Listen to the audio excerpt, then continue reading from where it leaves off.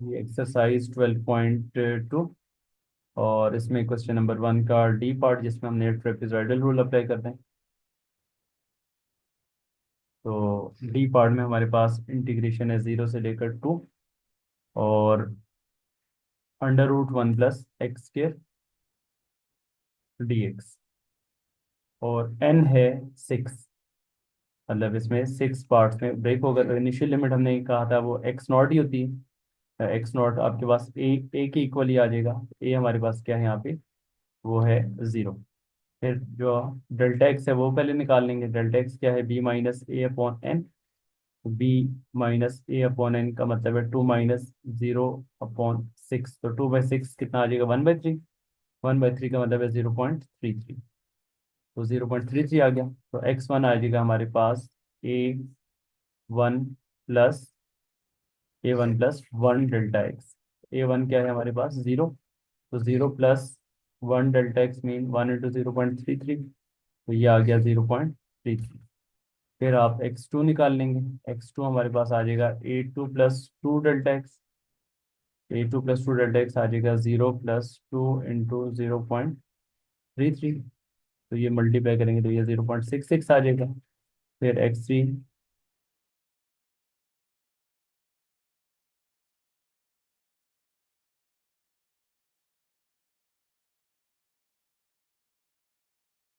जी, इसमें आपके पास अब x3 क्या आ जाएगा, x3 आ जाएगा हमारे पास, सॉरी, फिर वो मैंने a2 लिख दिया यहाँ पर, सारों में a1 ही चलेगा। तो a1 + 3 डेल्टा एक्स। a1 की वैल्यू 0 +3 × डेल्टा एक्स कितना आ गया, 0.33। मल्टीप्लाई करेंगे तो क्या आ जाएगा, 0.99। फिर उसके बाद आपके पास ये x4 आएगा। x4 क्या आ जाएगा, a1 + 4 डेल्टा एक्स। a1 क्या आ गया, 0। 0 + 4 × 0.33। इसको मल्टीप्लाई कर लेंगे, 4 × 3 12 to 1 और फिर 4 × 3 12 13। तो ये आ जाएगा और 1.32। फिर उसके बाद x5 करेंगे तो a1 + 5 डेल्टा एक्स। तो ये आ जाएगा 0 + 5 × 0.3। तो ये चेक करेंगे तो कितना आएगा, 5 × 3 15 1 और 15 16 6 1.66 65 या 66 आ जाएगा ऑलमोस्ट। और लास्ट वाले जब आप करेंगे x6 तो a1 + 6 डेल्टा एक्स। तो ये आ जाएगा 0 + 6 × 0.33। It must be 2। वो हम सारी बात एग्जैक्ट डिजिट्स डेसिमल के बाद वाले यूज़ करेंगे तो फिर वो एग्जैक्ट आएगा, ठीक है। तो ये डेसिमल में थोड़ा बहुत आपका फर्क आएगा क्योंकि हम डेसिमल के बाद जस्ट 0.33 लिख दिया था क्योंकि वो अप टू सो आता 0.33333। हमने वो सारे यूज़ नहीं कर लिए इसलिए कोई डेसिमल में थोड़ा सा फर्क आएगा यहाँ पे। अब f(x0) की वैल्यू चेक कर लें। f(x0) में क्या होगा, x0 क्या था, 0। तो फंक्शन है हमारे पास √1 + x²। एक्स का फिर 0 पुट कर लेंगे, 1 का अंडर रूट क्या आ जाएगा, 1। फिर f(x1) चेक करें। x1 का आंसर हमारा आया था 0.33। तो ये 0.33 पे आ जाएगा √1 + 0.33 का स्क्वायर। इसका आप कैलकुलेट करके आंसर बताते जाएं क्या आ रहा है। फिर उसी तरह f(x2) हमारे पास आ जाएगा। x2 था 0.66। तो 0.66 का स्क्वायर 1 + 0.66 का स्क्वायर चेक कर लें कि वो क्या आ रहा है। और फिर f(x3) होगा हमारे पास f(0.99) √1 + 0.99 का स्क्वायर। ये हमारे पास f(x3) आ जाएगा। फिर इसी तरह से f(x4) क्या होगा, √1 + x² मीन 0.x4 के 1.32। 1.32 का स्क्वायर। 1.32 का square। तो ये f(x4) आ गया और x5 आ जाएगा √1 + x² मीन 1 + x5 1.65 का square, ठीक है। और फिर f(x6) निकालना, ठीक है। f(x6) आ जाएगा √1 + 2 का स्क्वायर। इसको चेक कर लें तो ये सारी कैलकुलेशंस कर लें तो ये आपके पास आपको f(x6) आ जाएगा। ये आंसर्स लिखवा दें, क्या आंसर्स आ रहे हैं। और सर 1.053, 1.053, 1.198, 1.198, 1.407, 407, 1.656, 1.656, 1.929, 1.929, 2.218। 2.218। अच्छा जी, अब आप फार्मूला लिख लें। तो फार्मूला हमारे पास है अप्रोक्सीमेट वैल्यू का आई इक्वल आएगा लिमिट फ्रॉम 0 to 2, तो इसका था delta x by 2 into F not plus 2 times F1 plus F2 plus F3 plus F4 plus F5 तक जाएगा, और फिर लास्ट वाली F6 अलग से आ जाएगी। तो अब इन सारी वैल्यूज को आप पुट कर लें। डेल्टा एक्स हमारे पास है 0.33, 0.33 डिवाइडेड बाई 2, और एफ नॉट हमारे पास आया था 1, और 2 इंटू F1 है 1.053 प्लस 1.198 प्लस 1.407 प्लस 1.656 प्लस 1.929, यहाँ पे ब्रैकेट क्लोज, और फिर लास्ट वाली वैल्यू 2.218 और होल ब्रैकेट क्लोज। ये सारे को कैलकुलेट करेंगे तो ये आपके पास यहाँ पे इसकी आ जाएगी अप्रोक्सीमेट वैल्यू। ये बता दीजिएगा क्या आंसर आ रहा है, और फिर उसके बाद हम इसकी निकालेंगे एग्जैक्ट वैल्यू। एग्जैक्ट वैल्यू के लिए आपने इसको इंटीग्रेट करना है फ्रॉम 1 to 2, और एग्जैक्ट वैल्यू आ जाएगी हमारे पास integration from 0 to 2 √1 plus x square और डी एक्स। जी, 1 प्लस एक्स के इंटीग्रेशन का डायरेक्ट अब हमारे पास फार्मूला नहीं है, तो इसमें हम यूजफुल सब्स्टिट्यूशन करेंगे जो हमने चैप्टर नंबर 6 में की थी।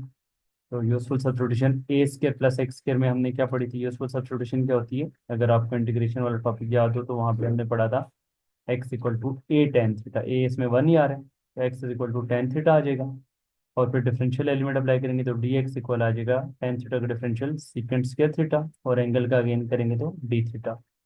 और मैंने आपको बताया था कि जब आप डेफिनेट इंटीग्रल में एक वेरिएबल से दूसरे वेरिएबल में जाते हैं तो फिर आपका जो वैल्यू है लिमिट की वो भी चेंज होती है। अब जब थीटा की वैल्यू 0 आ रही है तो उस टाइम आप आपने देखना है कि एक्स की वैल्यू क्या आ रही है। तो टेन जीरो क्या होता है? टेन जीरो आपके पास आ जाएगा, 0 आ जाएगा। तो दिस मीन जब थीटा की वैल्यू 0 है तो एक्स की वैल्यू भी क्या आ जाएगी? 0 आ जाएगी। और जब थीटा की वैल्यू 2 है उस टाइम अब आपने चेक करना है कि टेन ऑफ 2 का आंसर क्या आ रहा है। ये भी मुझे बता दें कि टेन टू क्या आ रहा है? 0.034 और 3 4 0.034 आ गया, 9। ठीक है। अब इसको आप पुट कर देंगे उसमें इंटीग्रल में। तो इंटीग्रल में अब आप इसको पुट करें तो 0 की जगह पे तो 0 आ गया, और 2 की जगह पे 2 आ जाएगा, ठीक है। नहीं सॉरी, अपर लिमिट हमारे पास बन जाएगी 0.034। तो 0.034 आ गई टेन ऑफ 2 का आंसर, और अंडर रूट 1 प्लस एक्स के। तो अंडर रूट 1 प्लस एक्स के का मतलब है एक्स की जगह पे क्या आ गया? टेन थीटा, तो 1 प्लस टेन स्क्र थीटा, और डी एक्स की वैल्यू आ जाएगी secant square theta d theta. तो अब 1 प्लस टेन स्क्र क्या आ गया हमारे पास? 1 plus ten square secant square, और सीकेंट स्क्र का अंडर रूट से कैंसिल हो गया तो सीकेंट सीकेंट बाहर वाले सीकेंट स्क्र से मल्टीप्लाई हो गया तो सीकेंट क्यूब आ जाएगा। तो ये अब आपके पास लिमिट आ गई 0 से 0.034, और सीकेंट क्यूब थीटा। तो सीकेंट क्यूब थीटा को भी हम नेक्स्ट स्लाइड में फिर इंटीग्रेट करने जा रहे हैं। जी, ऊपर अप्रोक्सीमेट वैल्यू क्या फाइंड की थी आपने? सर 2.97। 2.97, ठीक है। ये हमारे पास अप्रोक्सीमेट वैल्यू आ गई। अब आपने इंटीग्रेट करना है सीकेंट क्यूब थीटा को इंटीग्रेशन करनी है हमने, और लिमिट हमारे पास 0 से लेकर 0.034 है। नेक्स्ट स्लाइड पे इसको मैं अब आगे प्रोसीड कर रहा हूँ। तो अभी मैं साथ में लिमिट नहीं लिख रहा, लिमिट जब हम इसको इंटीग्रेट कर चुकेंगे उसमें फिर मैं हर स्टेप उसमें फिर मैं अप्लाई कर दूंगा, ठीक है। तो आपने जो स्टेप्स लिखते होंगे हर एक में साथ में आप लिमिट लिखेंगे। तो सीकेंट क्यूब को आप ब्रेक करेंगे secant theta into secant square theta में, और इस पे बाई पार्ट्स अप्लाई करेंगे। एक फंक्शन आपके पास सीकेंड होगा, दूसरा आपके पास सीकेंड स्क्वायर होगा।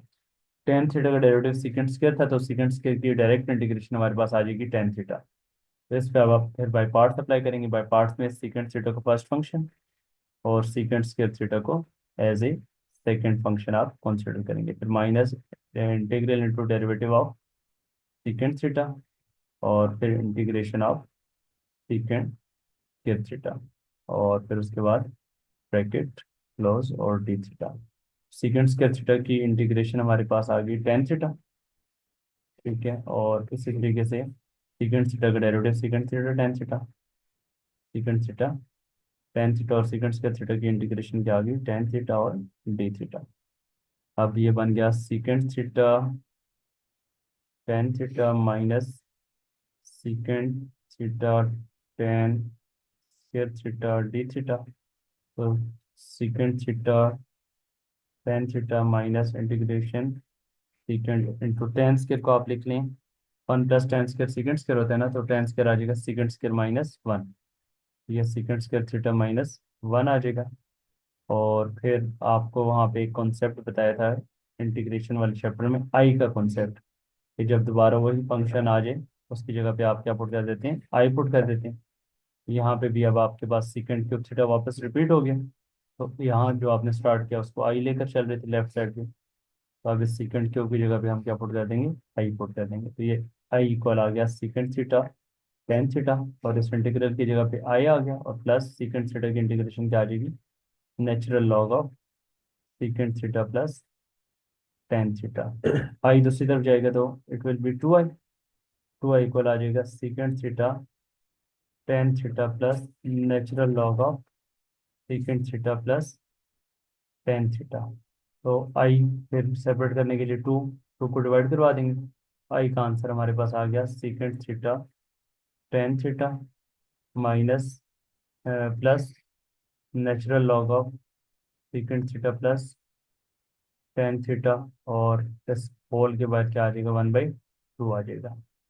होल के बाद वन बाई टू आ गया। अब आप इसमें लिमिट पुट करेंगे, अपर लिमिट माइनस लोअर लिमिट। तो अब आप इस पे लिमिट पुट कर लें। अपर लिमिट में हमारे पास नंबर क्या आ रहा था,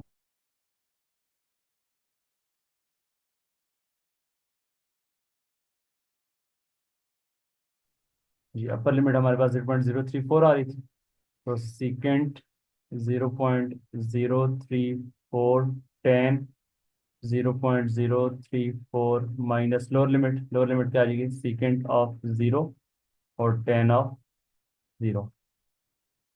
तो ये आपके पास upper limit minus lower limit पहली वाली टर्म्स पे आ गई।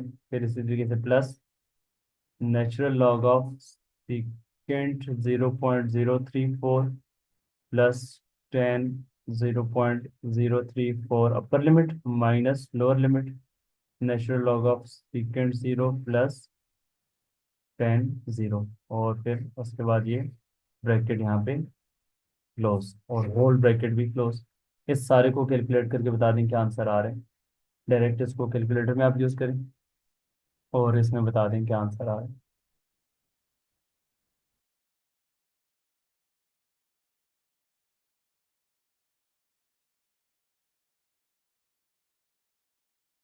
सॉरी, सेकंड की वैल्यू कैलकुलेटर में कितनी होती है? ये सेकंड की वैल्यू क्या हुआ, सेकंड की वैल्यू कैलकुलेटर में किधर होती है? अच्छा सेकंड की वैल्यू कैलकुलेटर में निकालने के लिए आप उसको one divided by cos put करेंगे, वन अपॉन कॉस 0.034 पुट करेंगे। ठीक है, ये हो गया। हाँ वन अपॉन कॉस करेंगे तो वो सेकंड आ जाएगा।